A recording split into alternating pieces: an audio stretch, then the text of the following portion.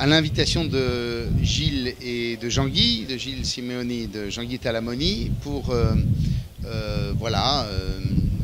appréhender les problématiques, la question du statut de la Corse, les discussions gouvernementales sur la différenciation des compétences entre les différentes régions et entre les territoires.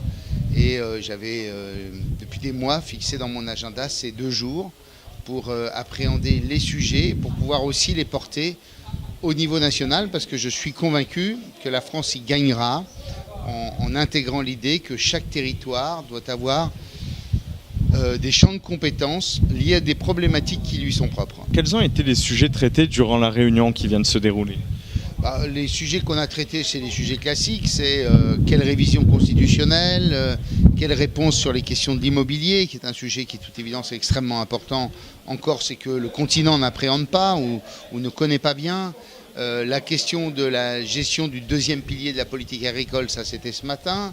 Et puis c'est aussi, bien entendu, toute la question aussi liée à l'insularité, aux particularités qui amènent les Corses à revendiquer légitimement un statut particulier. Quelles sont justement ces particularités qui sont ressorties à vos yeux ? On ne va pas les faire, tout le monde les connaît. Je pense qu'on n'a pas besoin de faire de grands discours sur ce que représente la Corse, son histoire, sa culture.